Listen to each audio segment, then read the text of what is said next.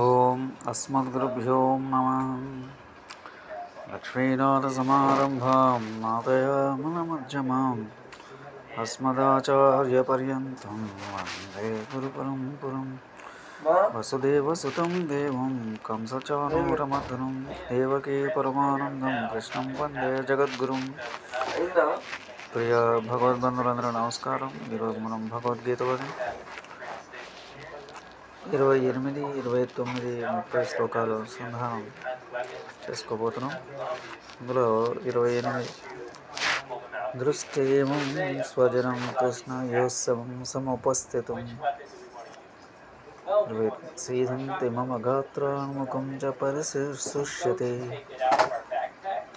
ఏపదుస్స శరీరే మే రోమహర్షస్స జాయతే దృష్ట్వా ఇమం స్వజనం కృష్ణ యోత్సవం సముపస్థితం సీదంతి మమ గాత్రాన్ముఖం చ పరిశుష్యతే వేపదుః చ శరీరే మే రోమహర్షః స జాయతే.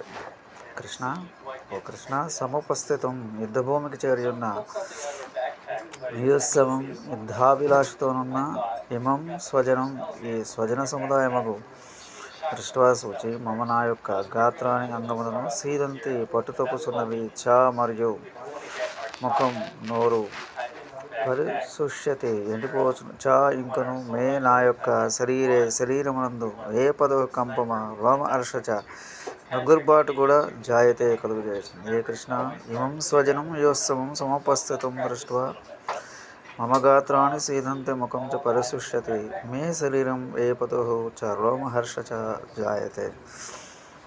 తన వారిని చూసి అతనికి అతిశయించిన దయ ఆవేశించను. అతడు భేదమును పొందుచున్నవాడై ఇట్లు పలికెను. శ్రీకృష్ణ, యుద్ధము చేయగోరు సంసిద్ధులైన నా ఈ బంధువులు చూసి నా అవయవములు కుంగిపోవచ్చున్నవి, నా నోరు కూడా ఎండిపోవచ్చున్నది, నా శరీరములు వణుకు గగ్గురుబాటు పుట్టుచున్నది.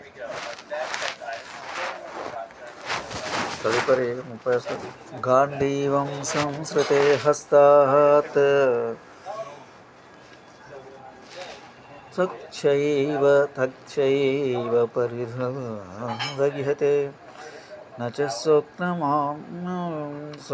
వ్యవస్థాతుం భ్రమతీవ చ మే మనః.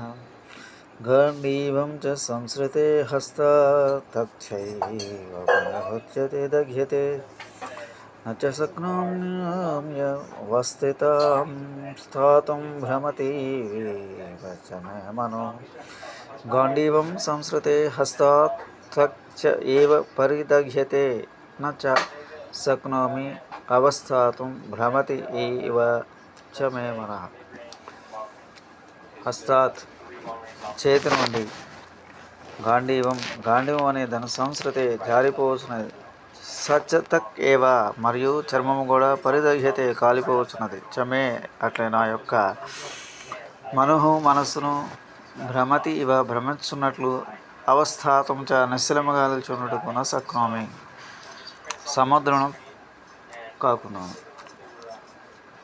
హస్తాత్ గాంధీవం సంస్కృతే త్వక్ చ ఏవ పరిదగ్యతే అవస్థాతం చ శక్నోమి మే మనః చ భ్రమతి ఇవ భవతి.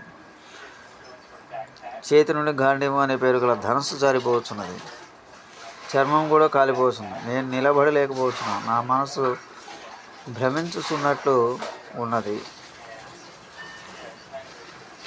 స్వస్తి. జై శ్రీరామ్.